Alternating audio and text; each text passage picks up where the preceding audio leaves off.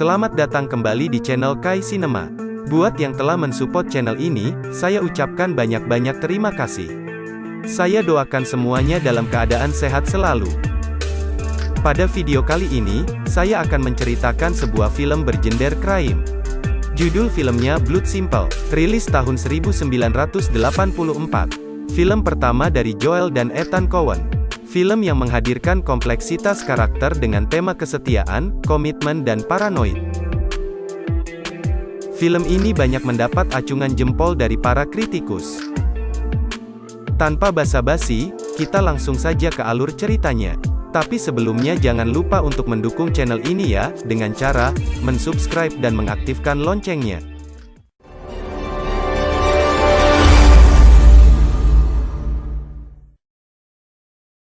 Film berkisah di kota Texas. Diawali dengan penampakan sepasang manusia di dalam mobil, sedang melakukan perselingkuhan. Yang perempuan bernama Abby, dan selingkuhannya bernama Ray. Parahnya, Ray merupakan karyawan dari suami Abby yang bernama Marty. Setelah berkendara beberapa lama, mereka merasa kalau mereka sedang dibuntuti. Mereka melanjutkan perselingkuhan dengan menyewa kamar hotel. Acara skidi papa pun mereka lakukan, karena inilah inti dari perselingkuhan. Scene berpindah pada ruangan di dalam sebuah bar. Di sini ada detektif swasta yang bernama Fisher dan seorang pemilik bar bernama Marty. Inilah dia Marty, si pria malang di mana istrinya berselingkuh dengan pegawainya sendiri. Ternyata, orang yang membuntuti Ray dan Abby adalah Fisher. Marty menyewa Fisher untuk mengetahui apakah istrinya benar berselingkuh dengan Ray. Dugaan Marty ternyata benar. Fisher memberikan bukti perselingkuhan tersebut berupa foto-foto skidi papap. Si pria malang ini geram, dan langsung menyuruh Fisher pergi setelah membayarnya. Marty yang kecewa dengan nasibnya mencoba menghindar dari Ray. Dia menemui karyawannya Maris dan memintanya untuk tidak memberitahu Ray tentang keberadaannya. Marty sadar kalau perselingkuhan itu tidak sepenuhnya salah Ray. Abby yang sadar kalau perselingkuhan mereka sudah diketahui oleh Marty, bersiap-siap pergi dari rumah alias minggat. Dia membekali diri dengan sebuah pistol untuk berjaga-jaga jika terjadi sesuatu. Dia akhirnya minggat ke rumah selingkuhannya Ray. Ray pergi ke bar di malam hari. Setelah bertemu dengan Maris, dia langsung menemui Marty di belakang bar. Maris ternyata orang yang tidak bisa diberi amanat.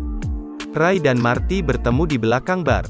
Si malang Marty yang dikira akan langsung menghajar Ray, ternyata tidak. Marty yang merasa kalau Ray tidak sepenuhnya bersalah, tidak dapat berbuat apa-apa terhadap Ray. Dia hanya bisa menyalahkan istrinya Abby. Hal yang membuat sangat menjengkelkan buat Marty adalah, tatkala Ray meminta gajinya yang ditunggak oleh Marty selama 2 minggu. Dia pun memintanya kepada Marty, akan tetapi Marty tidak mau memberinya. Akhirnya, Ray pun berlalu. Hari sudah mau pagi, bar pun tutup. Sesaat Maris mau pulang, Marty menyuruh Maris agar menjaga uang, jangan sampai diambil oleh Ray. Marty hanya bisa melamun, membayangkan apa yang dilakukan oleh istrinya dengan Ray. Sementara di saat bersamaan, Ray dan Abby melakukan apa yang benar-benar dibayangkan oleh Marty. Marty bertambah malang. Dia pergi ke rumah Ray, untuk melukai istrinya. Abby melawan dengan mencoba mengambil pistol dari dalam tas. Hanya saja dia tidak berhasil. Di halaman rumah, perlawanan Abby membuahkan hasil.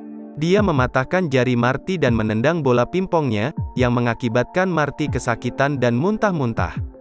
Si pria malang itu akhirnya pergi dengan rasa sakit dan malu teramat dalam, disaksikan oleh Abby dan selingkuhannya Ray. Rasa malu dan sakit hati yang memuncak, memaksa Marty memilih jalan yang brutal. Keesokannya, dia pergi menemui Fisher. Kali ini, dia memberi tugas yang berat kepada Fisher, yaitu membunuh Abby dan Ray. Fisher yang awalnya ragu, akhirnya menerima pekerjaan tersebut setelah Marty menawarkan uang yang banyak sebagai imbalan. Fisher pun menyuruh Marty untuk sementara pergi ke kota Corpus, sampai pekerjaannya selesai. Abby yang merasa kurang nyaman tinggal di rumah selingkuhannya Ray, akhirnya menyewa sebuah apartemen. Dia pergi ke bar menemui Maris. Dia meminta Maris untuk mengawasi Marty dan Ray supaya tidak terjadi apa-apa. Maris memberitahu Abby supaya tidak khawatir, karena kemarin Marty telah pergi keluar kota, yaitu ke Corpus. Fisher mulai menjalankan tugasnya, tapi kali ini Fisher punya rencana lain untuk keuntungannya sendiri. Dia pergi ke kediaman Ray dan mengambil pistol milik Abby. Sepertinya dia mendapat informasi pistol Abby dari Marty. Bukannya membunuh Abby dan Ray, dia malah memfoto mereka yang sedang lelap tertidur. Keesokannya, dia menyuruh Marty untuk kembali dari Corpus. Mereka pun kembali mengadakan pertemuan di ruangan Marty. Fisher memberikan bukti pembunuhan berupa foto editan. Marty dengan rasa cemas dan khawatir mempercayainya. Si pria malang Marty bertambah malang. Sesaat kemudian, dia mati ditembak oleh Fisher dengan menggunakan pistol Abby. Lalu Fisher meninggalkan pistol tersebut, dengan harapan Abby akan menjadi tersangka. Di sini rencana Fisher baru diketahui. Dia mau mengambil uang Marty yang berada di dalam brankas. Setelah mengambilnya, dia pun berlalu pergi. Tak berapa lama, Ray mendatangi bar untuk meminta gajinya yang ditunggak oleh Marty. Bukannya uang yang dia dapat, dia malah menemukan Marty mati bersimbah darah. Ray bertambah kaget, tatkala dia juga menemukan pistol milik Abby di tempat kejadian. Ray langsung berkeyakinan kalau Abby telah membunuh Marty. Dia pun merasa bertanggung jawab dengan kejadian tersebut. Dia merasa harus melanjutkan tugas Abby yang belum selesai, yaitu membersihkan dan menghilangkan mayat si pria malang Marty. Setelah membersihkan tempat kejadian, dia pergi membawa mayat Marty dengan mobil ke suatu tempat untuk dikubur. Selagi mencari tempat, dia kaget dan terkejut ternyata Marty masih hidup. Si pria malang Marty keluar dari mobil dan merangkak kesakitan. Ray dengan rasa cemas dan tak ingin Abby masuk penjara, terpaksa membunuh Marty. Dia yang awalnya ingin melindas Marty dengan mobil, tapi tidak berani.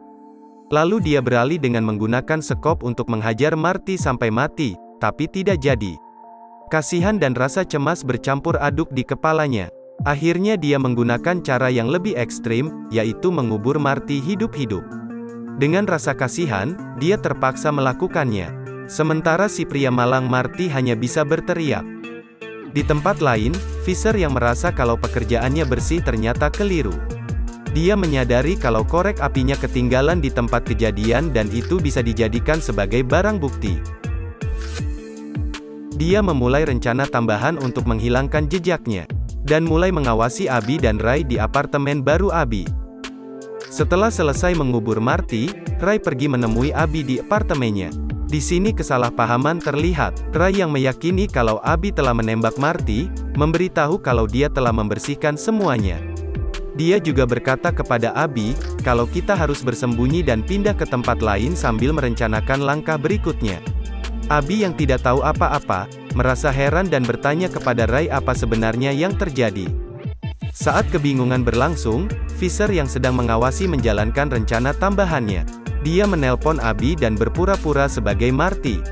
Ray yang bertanya kepada Abby siapa yang menelpon, dibuat bingung setelah Abby berkata kalau yang ditelepon itu adalah Marty. Ray gak habis pikir, kenapa Abby mencoba berbohong.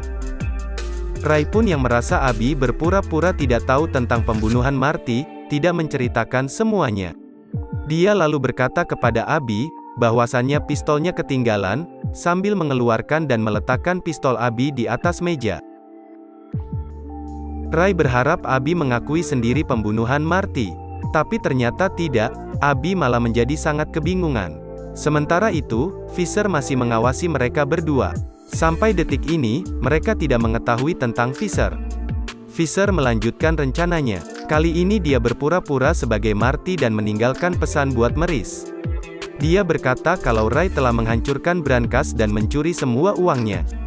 Maurice langsung pergi menemui Ray di rumahnya. Ray yang cemas karena didatangi Maurice dan merasa kalau Maurice mengetahui pembunuhan Marty ternyata keliru. Dia merasa lega karena Maurice hanya menuduhnya mencuri uang Marty. Maurice menyuruh Ray untuk meminta maaf kepada Marty dan mengembalikan uang tersebut. Rencana Fisher berjalan dengan sempurna. Abby dan Maurice tidak mengetahui tentang pembunuhan Marty.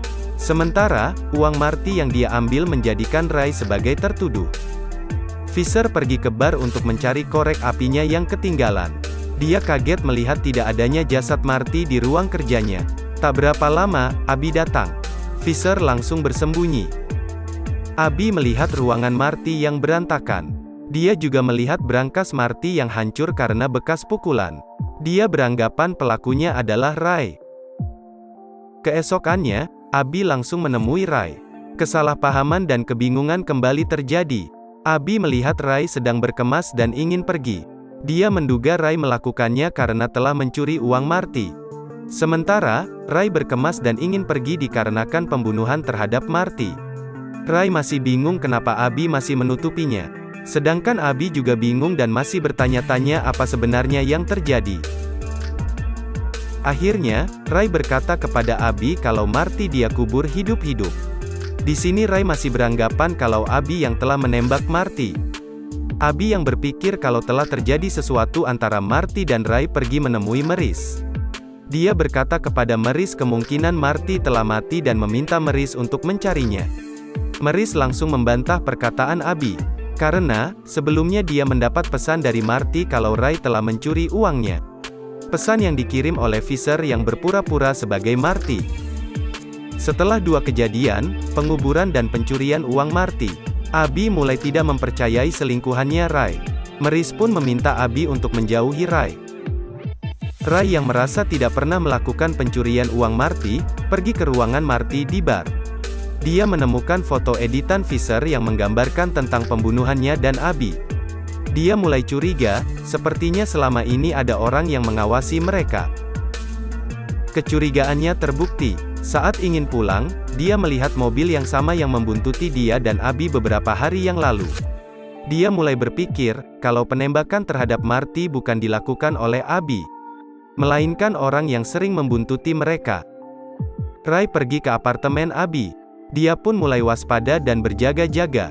Dia melihat orang yang mengikuti berada di seberang apartemen Abby.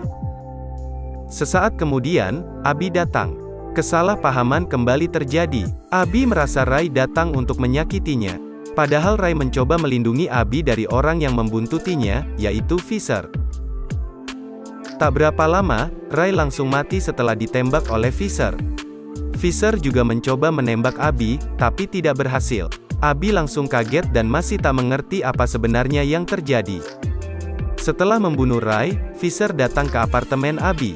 Dia menghampiri mayat Ray dan mencari sesuatu. Ternyata Fisher beranggapan kalau Ray atau Abby yang telah mengambil korek apinya yang ketinggalan di tempat kejadian, yang bisa dijadikan sebagai barang bukti. Dia melihat Ray keluar dari bar di malam hari. Di malam yang sama Ray melihat ada mobil yang mengikutinya. Dia ingin menghilangkan barang bukti tersebut. Ternyata korek itu tidak ada pada Ray. Sekarang tuduhannya terhadap barang bukti korek api tertuju pada Abby. Karena saat dia mencari korek apinya di ruangan Marty, hampir ketahuan oleh Abby. Dia pun pergi mencari Abby yang bersembunyi untuk dibunuh. Bukannya membunuh, malah dia yang dibunuh oleh Abby. Dalam kejadian itu, Abby tidak pernah melihat wajah Fisher. Dia beranggapan kalau orang tersebut adalah Marty, yang ingin menuntut balas atas perselingkuhan dan pencurian uang. Setelah menembak, Abby berkata, "Aku tidak takut padamu Marty."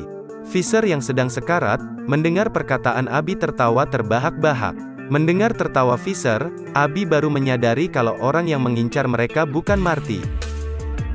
Film Blood Simple berakhir, di mana Abby masih tidak mengerti apa sebenarnya yang terjadi.